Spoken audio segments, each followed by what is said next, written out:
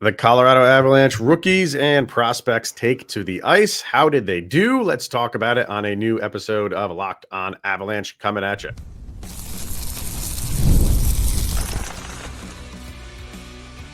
You're Locked On Avalanche, your daily podcast on the Colorado Avalanche, part of the Locked On Podcast Network, your team every day. All right, everybody, welcome to another episode of Locked On Avalanche, part of the Locked On Podcast Network, your team every day. I'm your host, Chris Maselli. With me, as always, Mr. Zach Pearson. Thank you for tuning in, making this your first listen of the day. That's always appreciated. And if you want to get in on the conversation, then join our subtext. Link is in the show notes below. Chat with Zach and I one-on-one. We get your opinion, everything Avalanche related, and share it on this very podcast. For today's episode, we will be discussing Cale Makar seems to be throwing out some changes he'd like to see in the NHL. So we'll talk about that. Alexandar Georgiev, he's going east. Zach was actually on a crossover segment with Joe over at Locked On Sabres. So we'll talk about that. But where we are going to start, like we said, it is rookie camp weekend, and the Avs rookies and prospects taking the ice for 2 games over the weekend. And I want to get your thoughts on this because I always have like a love-hate thing for the rookie camp because it's fun, because it's kind of like the unofficial start to like real actual hockey again. But at the same time, it's a little bit of a struggle because it's not the best hockey. But I got to say, that first game was actually really entertaining. It changed. Like when I watch these rookie games, it's always like, I don't care who wins. And, that doesn't matter to me. I'm more looking at like individual guys. How are they playing as a unit? Like stuff like that. For that first game anyway, I was watching that like an actual Avalanche game of like, I want them to win this game. Like, this is a fun game. And the second game was a little bit of a grind and a slog, but we'll get to it. But overall impressions of these 2 games. So totally agree with that first game. The way I'd put this, I always feel like the rookie camp is you've got tickets to a concert. You've been super pumped for this concert for so long, and these are the opening bands, right? It's they're fun to watch. I always enjoy it, and it's like, all right, cool. The opening bands are on. This is finally when I'm at this concert, and the NHL regular season concert is coming up close. This is the first opening band.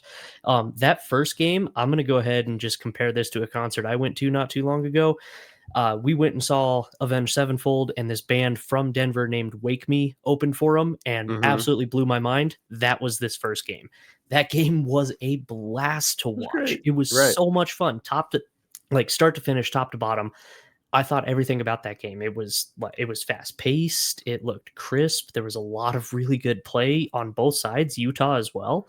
I was really impressed with all of that. And then the third period rally, I thought the Avs rookies were going to drop that game. And then all of a sudden, come towards the end of the third, and they're like, okay, boom, boom, 2 goals, take the lead, and then pop in the empty netter. That was a blast to watch. But no, I agree. Usually I'm watching this just for like the individual guys. You want to see who's really standing out, who looks like they are head and shoulders above the rest, who looks closer to NHL ready. But these are preseason games, so it's hard. You have to take all of it with a grain of salt, right? But there were some guys that I think really did stand out. Sean Behrens being one of them. After missing an entire season with injury, he looks good, just really good. Yeah, he looks a little bit more polished than everybody else, and I feel like he should be. Well, I say that maybe with an asterisk. I say he should be because he's been around for a little bit longer. But like you said, he's coming off an injury. So that's, that's not a guarantee that he's just going to pick up and just be head and shoulders above everybody else. But it seemed like he was. It seemed like he was just ready to go. I thought he played well. What really stuck out to me, aside from just individual players, was, especially really both games, the physical nature that the Avalanche seemed to be wanting to play with. Like that was at the forefront. And that's the thing with these games, you never really know what you're going to get, because these guys are really, some of them haven't really been playing with one another for a long time, but you could tell the emphasis was on especially in the start of the Utah game, was to go out there and impose your will and kind of like freak these guys out. Yeah. Because you got to wonder if like the mindset going into this, because this is really like, this is these guys' time to shine. And the mindset going in to at least start these games might be, hey, let's just get like acclimated. And this is like a good, like a good scrimmage between us. Almost like the Rocky. What was the scrimmage that he had? Was it with Clubber Lang? When it was supposed to be like a scrimmage, and it wasn't? Or no, it was in that Rocky with Clubber Lang, but it was with Hulk Hogan. When Hulk Hogan was fighting him, it was supposed to be like an exhibition, and Hulk Hogan comes out just knocking the snot out of Rocky. That was the Avalanche. That was I just felt like they came out and said like, we're just going to set the tone in this game, and no, we're not going to go slow. We're not going to take it easy on you. Yeah, these are just kind of fun games where we're kind of like feeling our way through, and you know, our rookies are just getting some ice time. Nope. That team went out there and they set the tone, and that just kind of like, I don't know if I think it might have caught Utah off guard a little bit. Like, whoa, these guys are flying around and they are throwing hits and they're not afraid of it. And then in the second game with Vegas, you even had Max Curran throwing down, and you had like that big scrum towards the end. Like, that was exciting to see in these games. Was like, that got me into, all right, like, that's what because that's what you look forward to in like a NHL game. So for them to do that and kind of like, no, we're ready to go. I loved it. I loved the physical play of both games. Well, and you're watching these guys, like, not only does who dropped the gloves at the end of the first period? That was Curran. In the Vegas game? Yeah, Curran. Yeah. You just said it and my brain totally shut off there because I was thinking about the end of the game as well. But you watch him drop the gloves, and I was like, okay, I love this, right? You're going to finish off the first period, get a little more energy back in. And I think it did. I think it helped out the Avs rookies in that second period and even in the third. And then as you're going through the third, they have the opportunity to tie it up, and they were like maybe an eighth of an inch off of the goal line from actually tying it. Right there. I got another shot of it later on the Twitter timeline, and it was the right call. That referee made the right wave it off. It wasn't a goal, even though every player was celebrating. But you see, like, these guys are all clearly into it. You're seeing a lot of energy. You're seeing a lot more than I feel like I've seen from a couple of other rookie showcases, which I think they're always into it, but there just seems to be a little bit more energy in that group this year. And they are raring to go, and I've loved watching every second of these so far. I feel like the guys on the Avs and they're this whole where they stand with their prospects and like their prospects pool and stuff like that. We talked about the Athletic ranking them at 32 overall. And while winning these games is not like the most importance, it's just how they're playing. And you're seeing, like you mentioned, Behrens, Gavin, Brindley in the first game, like the guys that are kind of at the top of the list for the Avalanche prospects, I feel more or less played that way. Yeah. But a lot of these guys played well throughout the course of both of these games, and it kind of. I'm not saying that like it completely made me change my thought process and how these prospects are for the Avalanche, but it was nice to see them play on the, you always hear all that stuff like, oh, on paper. So on paper, the Avalanche have the worst prospect pool in the league. I'm sure these guys heard that stuff. Oh yeah. I'm sure they wanted to go out and kind of say like, hey, like, we can make a name for ourselves. And I really wonder how much of that played a part into kind of like that opening game against Utah, because Utah played some really good prospects on their team. Really good, like more household names in terms of prospects, if you follow that stuff in the NHL world, than the Avalanche did. So it was nice to see, like, on paper, the Avalanche, you can say what you want about their prospects, but look what they did out on the ice. They held their own. They held their own against two teams that Vegas, I'm not super familiar. I'm surprised Vegas even put a team together because it seems like they have no prospects because just trade them all away. Not that we do anything better, Right, but we're the same. But with a team like Utah, I'm impressed. I'm impressed they went out there, competed, and came back in comeback fashion and won that game. And it's nice to see that. It's nice to see that, hey, it's not always just doom and gloom when it comes to Avalanche prospects. Are a lot of these guys going to play on the club this year? No. But this, like I said earlier, this was their time to shine, and I feel like they did it. So, well, and like 3 names I think really jumped out for me. Hank Kempf, especially in today's game, looked awesome. That slap shot to put us within 1 was a absolute blast. And then the first game, I really liked Friesen and Connors. I like both of them. Just watching them, it seemed like they were playing pretty well, and I got kind of the same impression with those just being 2 names. Like I expected Prishapov to do well, and he did decently. I expected Brindley to do well. He did well in the first game. I mean, that guy obviously is probably one of our top prospects. There's a reason he is. Yeah. But to see a couple of other guys go out there and really like show that they're talented, that they have the capabilities they do, that does make me feel a bit better about that somewhat depleted Habs prospect pool. Yep, absolutely.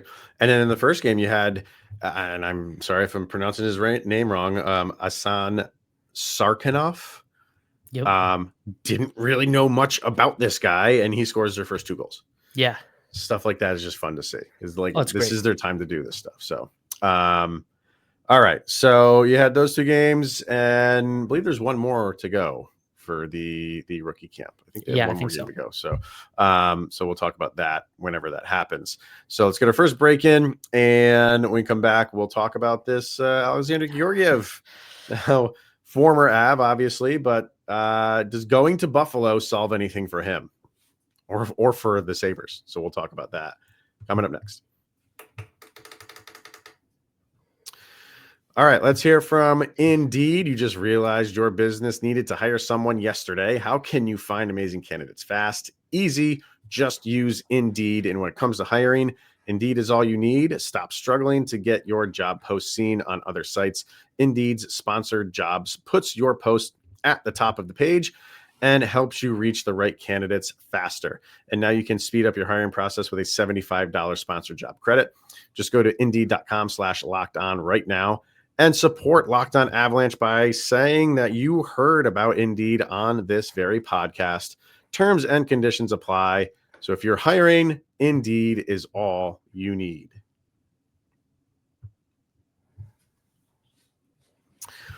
All right, Alexandar Georgiev. I mean, I don't know. Like whenever you have somebody that left in the fashion that he did, and really for any Avalanche player, I always will just keep an eye on them and for the rest of their career. It's like they're no longer here, so I'm not like super attached to. I don't really get super attached to players anyway.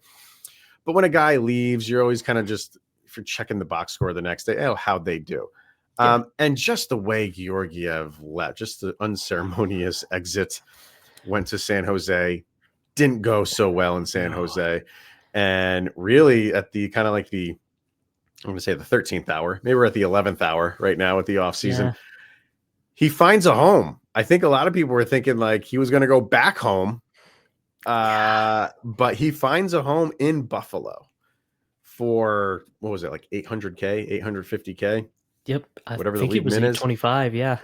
So a 1-year deal, goes to Buffalo, struggling team.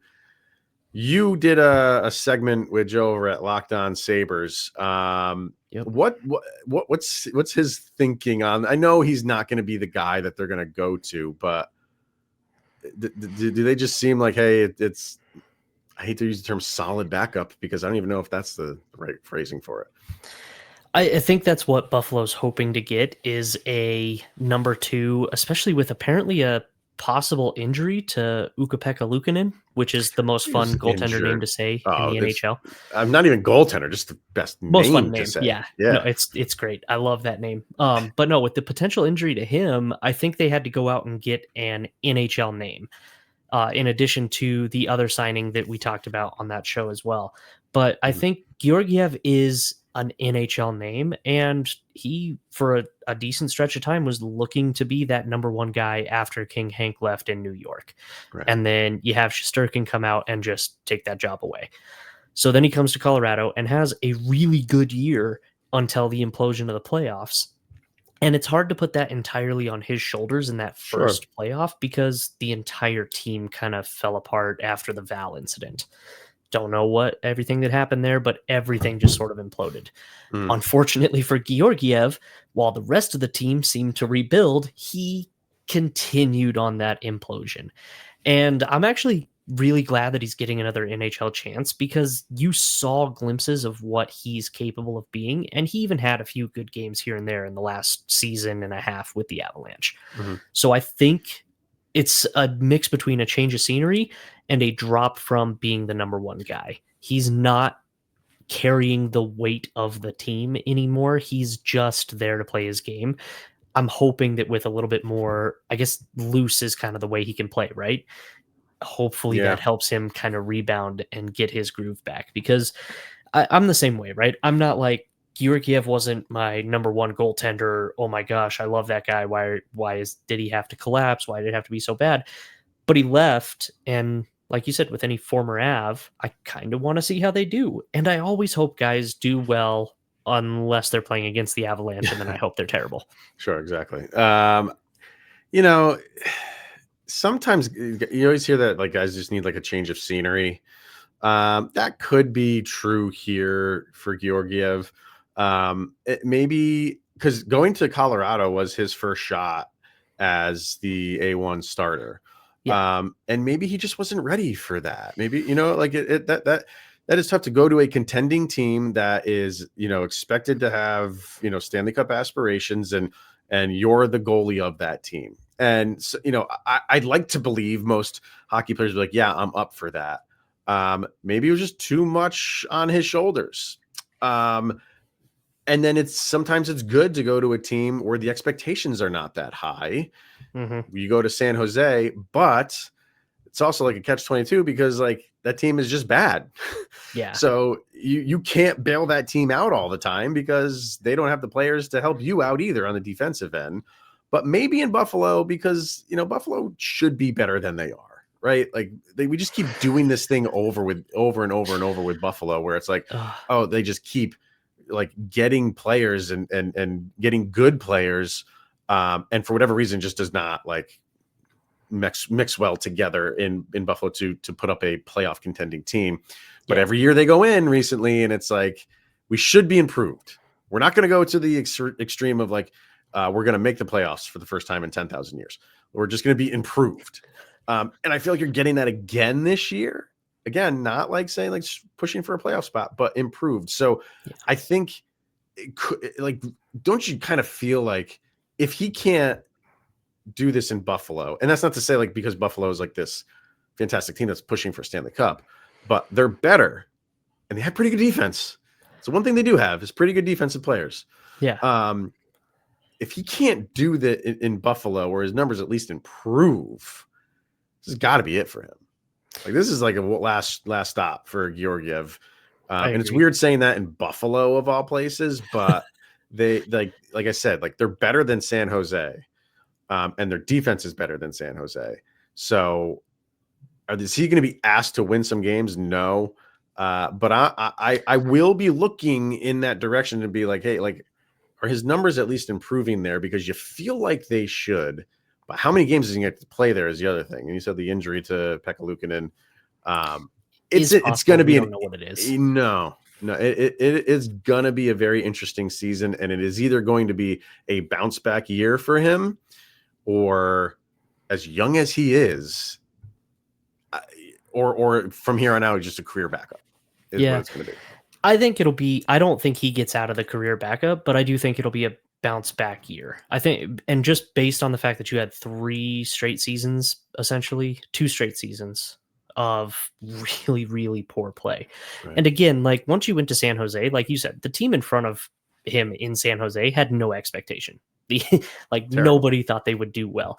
The problem is when you have that level of poor play in front of you, you're facing a ton of shots. And when you're still letting up that many goals, like, it doesn't help your confidence at all. I think that's one of the biggest things he needs to build back. And much to your point, Buffalo does have a better defensive team than San Jose, and he won't be the one who's out there every single night. So you do kind of feel like, at least I do. And again, I thought as a person, he seemed like a nice guy. He was quiet. He didn't really say a whole lot while he was here. But there was nothing about him that I was like, oh man, you know, a lot of Avs fans we're so glad he's gone. Get him out of here. We're done with him. I was like, I'm not going to say I'm sad that he left in terms of quality of play, but also, like, I don't wish anything bad upon the guy. I hope he does well. Right. And I think this is his chance to do so. And I mean, it really does work out. And the thing is, with him moving on and with Eustace Ananen, who I did like him a lot too. But with the two of them moving on, the Avs have suddenly went from, and we've touched on this a handful of times, a really bad goaltending team to the Lumberyard, which is going to look like a really good tandem, everybody seems to think, and I would agree. Plus Trent Miner, Avs legend, who had never let up a goal against Alex Ovechkin, which awesome. You stopped every shot you ever faced from him, so instant legend status. And then Nabokov coming up through the pipeline as well. Suddenly our goaltending room looks really, really promising. So I'm hoping that this works out for Georgiev, because I'd love this to be just sort of one of those, like, everybody gets to feel good in the end type of stories, as long as he lets up 4 goals when he plays the Avalanche. Well, that's the other side of it, is like, if it is a turnaround season for Georgiev, Avalanche fans are going to be like, where was that? Yep. Why couldn't we have that? You know what I mean? So it's like, he's not going to win if he tries, but just from the human side of it, you don't like to see guys get just like dragged through everything like he has been. So it would be kind of a little bit of a feel good story that he is able to turn things around. We'll see. Yep. We'll see. But you bring up an interesting point on how, like, since he left, the dynamic from the Avalanche, from the top down, from the on the NHL club down to the prospects in the goalie position, it's night and day. Yep. Night and day. So it looks pretty good. So, all right. Last thing we want to get to, and I have that up as a bullet on, if you're watching on YouTube, we don't know, Gary Bettman's time might be coming to an end. Is Cale Makar going to take over? He's throwing out some rules and award changes where maybe he's going to be the next commissioner of the league. We'll see. We'll talk about what he's coming up with right after this. Let's hear from FanDuel. The NFL season is here, and FanDuel is making sure that you are ready for kickoff with a can't-miss offer, because right now new customers can bet just $5, and if your bet wins, you'll get $300 in bonus bets to use across the app. If we told you to use that $5 on the Broncos, we apologize. Yeah, I think this is we know now, take your $5 bet and do the opposite of what I say. Yeah. Because they didn't cover in week 1 and they lost today. So do the opposite of my suggestion. Get yourself $300 in bonus bets. Yeah. This is where people say stick to hockey. When we throw that out. So if you're ready, download the FanDuel app now by visiting FanDuel.com. To get started, that is FanDuel.com, and place your first $5 bet today. All right, Cale Makar is doing some interviews. A lot of players are doing that right now, like a media tour and stuff like that. So Cale Makar has said 2 things now that are pretty interesting. I don't think the second one, is anything new, but he's just the latest player to kind of, voice his opinion on it. So we'll get to that in a second. But the first one is interesting because he was talking about how the Norris Trophy is really the only trophy out there for defensemen, and kind of how the way that defensemen are playing the game now are kind of like the Cale Makars of the world, where their offense is just as important as their defense. So he threw out the idea, have the Norris, because he also said, it's tough to quantify what how you're voting on a defensive player. a lot of times you are including that offensive side of a defensive player when you're voting for the best defensive player in the league. So he said, I still have the Norris, and maybe that will take a little bit of the importance off of the offensive side of things if you have a second award for defenseman where it is the leading scorer for a defenseman. So you have 2 awards going to the D-men. I think he said to name it like the Bobby Orr Award. Yeah. Which doesn't really roll off the tongue, but I completely understand why you want to call it that. But I think it makes all the sense in the world, because the way that the defenders that are in the league, like the young defenders, Cale Makar on down, play this game. They're not just stay-at-home defensemen and C player, hit player, and rinse and repeat. Like they are involved, they are engaged. Points are just going through the roof for defenders. So I think it's time to introduce another award specifically for defenders that score. I think it's a no-brainer. This makes a ton of sense to me, especially because I feel like the argument comes out every year when the Norris Trophy is announced. Yep. Why is this guy a finalist? It's only because he has so many points. He's not even that good of a defenseman. He doesn't do anything defensively. He only has points. And I'm like, okay, I kind of understand. When you make that argument against Cale Makar, you're just wrong. But like I can see it in the past with some other defensive players where they have been so aggressively trying to get points that sometimes the defense lapses a little bit. And defensive play is hard to quantify. Yeah, exactly. Yeah, good. It's hard to quantify though exactly what good defensive play is sometimes. It's not always easy to just see that because like honestly, I feel like if you're being a good defenseman, your name's not coming up at all. You should be almost just on the defensive side of the ice unknown.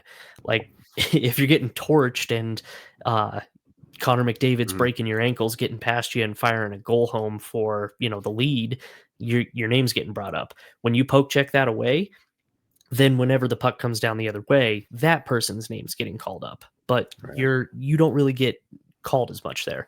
So I love the idea of trying to give a little bit more kind of focus on, well, who's really been good defensively or does the best to support the team all the way up and down the ice, and who's that defenseman that is generating that many scoring chances.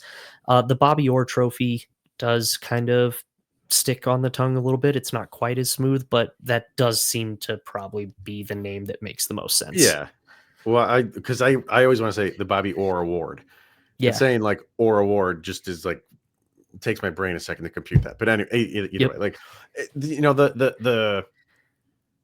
it's the best defenseman in the league.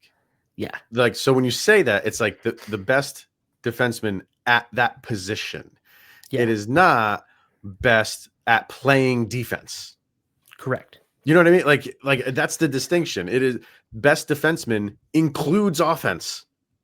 And I think we always want to say like, oh, he's the best defenseman because he's just be playing defense. That's not the position as it once was. Sure, you still have guys that play it that way, but the way like the position is kind of like evolved is, like I said, offense is just as important as defense. So when you say best defenseman, it is the position of the defenseman, not the best at who is playing the best defense. That is a completely different thing. So, but I'm still on board with this, because, defensemen are never going to win the award for most points in the league. They're never going to do it. So why not give them an award where they can win that and say like, hey, I have the most points out of the defenseman. They're not going to win an Art Ross trophy. It's not going to happen. No, it's not. So throw that out there as, another thing for them to get, because it's really like, anybody can win the Hart, but most of the time it's forwards. Yep. I actually was rooting for Connor Hellebuck to win it because I like seeing someone, you know what I mean? So it doesn't happen where like it's either, goalies get the Vezina, defensemen get the Norris, and then all the other awards go to forwards. Yep. Where hockey's the one sport where all of those positions are, in my opinion, equally as important. So I think it's a little bit unfair that we are always kind of like throwing this thing on like forwards, just like in football, we're always throwing awards like the quarterbacks. Every time. When all those other positions are just as important. So they should get more awards, if you ask me. So yeah, and I think this is a great change. I think it's yeah. something that should absolutely, I could see being implemented. I could also see it being called the Cale Makar Award in 15 years, 20 years. That is going to happen. Because the NHL takes forever to implement these things. Yep. By the time they come around to this, Cale Makar will have been retired, and Yep. they will name it after him. So Very possible. Yes. And then quickly, the other thing that he came up with didn't come up with it. Sorry, let me rephrase that. Kind of reiterated with a lot of hockey players are saying is go back to the 1 through 8 seeding for the playoffs. And He was another one. Yeah. But I feel like, this is nothing new. I think you hear a lot of players saying they want to do this, but I think the more you hear it from guys of the stature of Cale Makar, maybe the league will be a little bit more inclined to listen to it. I'm not saying they will change it, but when guys like Cale Makar or Connor McDavid or Austin Matthews or Jack, if those are the guys saying we want to go back to this, it's not going to change overnight. But when it comes time to talk about discussing things like this, that gets brought to the table and say like, hey, our best of the best players who are going to these playoffs, and that's what people are tuning in for. They want to see this, so let's take a look at this. That's what they did with the Olympics. The players were like, we want to go back to the Olympics, and they made it happen. So this is a little bit, I don't want to say like a lower level than the Olympics. It's the playoffs, so it's still very important. But maybe it happens if there's enough shouting about it. And it should. I don't even know that I can fully say I understand the push for rivalries. I don't feel like this breeds rivalries. I feel like this takes your most exciting games and makes them happen in the first round, which is stupid. It doesn't make sense. It's the dumbest playoff format in professional sports. Get rid of it. The players don't want it. The fans don't want it. I don't think the owners want it. I don't think the coaches want it. The only person that seems to want it is Gary Bettman. So Bettman, please, this isn't doing anything. Listen to your future Bobby Orr Trophy winner, Cale Makar, and change the playoff format. And again, by the time Gary Bettman retires, could be when Cale Makar is retiring, for all we know, and maybe that is when Cale Makar is going to take over as commissioner when he retires, have an award named after him, and he's going to be the one to change the playoff format back to 1 versus 8. The only thing is, though, if Cale Makar does become commissioner at that point, there's no chance that he calls it the Cale Makar Trophy. He absolutely keeps it the Bobby Orr Award. Oh, he because he doesn't want that. He's such a humble dude. But that's the only thing that I don't see in that scenario. Otherwise, 100%. Everything's Bettman leaves, Makar retires, steps into his role. The league grows. Everything's awesome. We'll be singing that Lego movie song all the time. It all makes sense.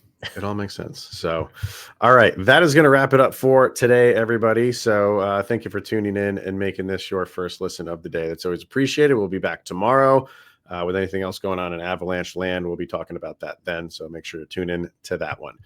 All right. He is Mr. Zach Pearson. I am Chris Maselli. This is the Locked On Avalanche podcast. We'll see you guys tomorrow, where you will have made it through another 24 hours where Sidney Crosby's that much closer to being with the Colorado Avalanche.